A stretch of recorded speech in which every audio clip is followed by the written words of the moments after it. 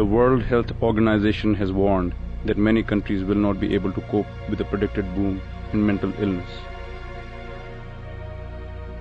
We all fall ill from time to time.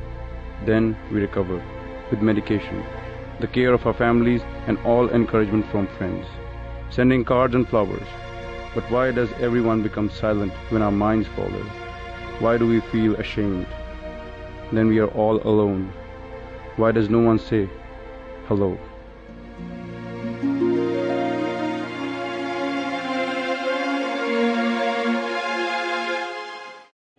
This is Athma Shakti Vidyalaya, a home away from home for mentally ill that treated mental illness outside a formal hospital setting. The strength, openness, and magnificence of the building that houses ASV itself assures the strength and openness of the ideology on which it is founded.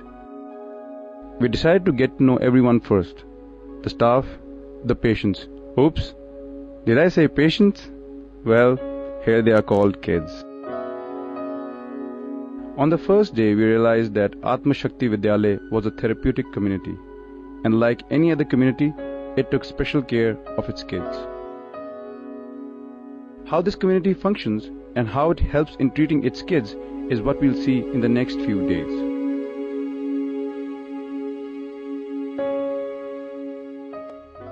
In 1979, Father Hank Nunn, along with the like-minded counselors, psychotherapists, and the parents of mentally ill, founded this residential community. They were guided by Jackie Schiff, an American social worker who had popularized the reparenting technique to cure troubled minds. People expect the government to do it all without taking the initiative, private initiative to do something. That's one big thing, I think, yeah. Jackie had her place in California called a cathexis school. Cathexis, it was a drop-in center, a daycare center. Cathexis comes from the Greek word catharsis. So you go to a Hindi movie, you get all worked up, blah, blah, blah, blah, and then you have a catharsis. All the bad feelings go, okay? It's from the Greek tragedies, right? Okay? So, well, how do I translate cathexis? Okay. All right. Spirit and power of changing what I'm feeling, changing what I'm thinking, changing my kind of spirit. The school of that, Vidyalaya. So, Athma Shakti, that's it. Yeah. This is so true. What could be a better name for such a home? Atma means spirit, Shakti, power. Every kid here would be taught to form meaningful relationships and take responsibility for themselves, which is the basis of mental health. The therapeutic community offers the mentally ill a home safe from distress, criticism, discrimination, or judgment. So I was not able to decide and not able to what to do. I was so confused. So what to do? Yeah. Then with anger, I banged my head on wall. Involving the kids in group activities helps them to have a living relationship. They relearn the ability to relate to the world they live in.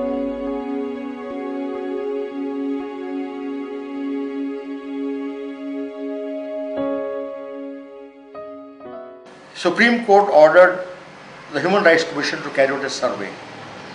The report is so pathetic that it's not worth reading. In our country, we got old age homes, we got home for blind, we got home for everyone, even for animals. But we have got no homes for such category. A disturbance in our biochemical, genetic, or physiological structure, and sometimes even a combination of all three, can cause us to dysfunction in behavior and thinking. The person then can be diagnosed under various classifications like depression, schizophrenia, autism, schizoaffective disorder, bipolar disorder, and other personality disorders. With any of these, the person loses control over the emotion and behaves differently. So how is it at ASV? How does it manage the mental illness of its kids? At Athma Shakti Vidyalaya, the cure, I learned, was a holistic integration of mind-body techniques. A big emphasis was on reparenting and community living. In reparenting, a trained parent figure helps the kids let go of childhood traumas and become aware of and change their negative limiting beliefs and attitudes. so as to develop healthy interpersonal relationships. The integrated approach of treatment uses yoga, NLP, transactional analysis, regressive therapy, psychosocial exercise, and also art therapy. So what is a day like in the life of a therapeutic community? At 7 a.m. the day begins with yoga.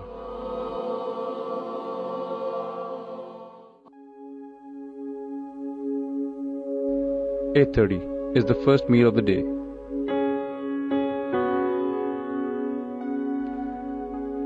At 9:30, the kids clean the community house.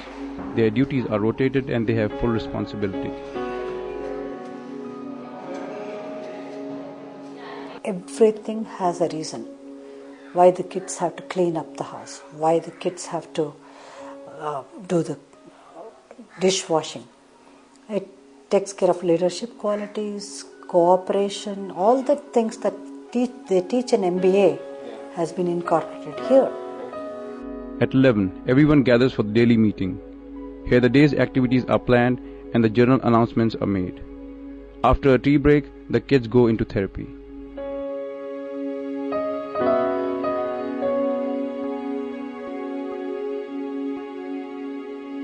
You have to be willing to give yourself 24 hours a day, or be ready to give yourself that, and be ready to touch them.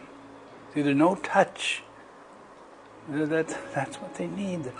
Just the touch, the stroking, the holding.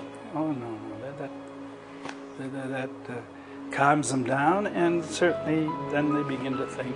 It's 1 p.m. Something smells good. It's coming from the kitchen. It's lunchtime. The kids sit down to a relaxed hot meal. Lunch is a balanced diet and the menu varies from day to day.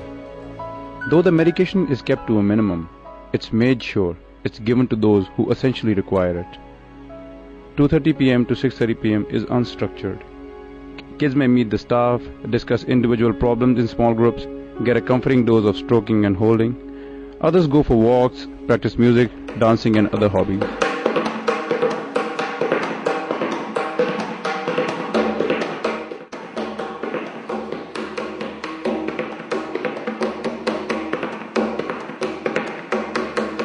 Talking will allow certain thoughts to come out. Yeah.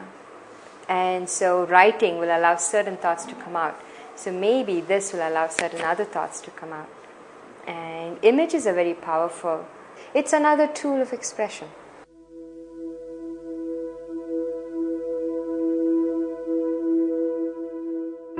For half an hour in the evening, they practice cyclic yoga that alternatively stimulates and relaxes.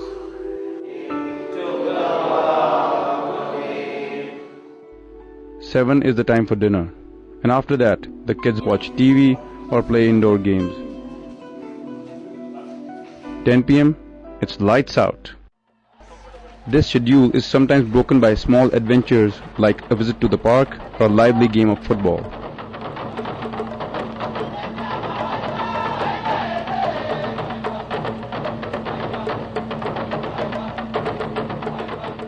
Yeah, a lot of those values, a lot of those ideas that they've gained, the kids over here that they've gained from their childhood, are mixed up, mixed messages. For instance, let's say they've learned, many of them have learned to show anger is bad. Anger is a bad feeling. Now, nobody has taught them this as such, but they've picked it up from the environment somewhere that anger is bad. So they don't show anger. And later in life they get depressed. So here they learn that all feelings are good, but how to show each feeling, ways to show each of these feelings, the different feelings. So that's what we mean by reparenting, relearning what you've already learned. About 75% of the kids who come to ASV return to careers and studies, while others have been able to rejoin their families. Yeah, I mean, I've made my life because of ASV. I owe my life to ASV. One thing, I accepted my illness like any other illness, bipolar. Okay. Now I am able to speak freely with the people. Okay. I don't hide anymore my mental illness that I had. Okay. And I am able to motivate people, help out people, give strength to them, to spiritual help. I am able to speak positively about my illness I had. It is like any other illness. The government offers very few financial schemes to support the mentally ill. The work of the community is financed partly from fees and donations and partly from corporate workshops. Nobody wants to give money for mental illness, really, because they don't believe you can do anything for them. Right? Leave them. I mean, don't try and work with them. Don't try and get them well. We should not look down on somebody who's mentally ill. Anybody can come out of the mentally, but they need to be accepted and appreciated and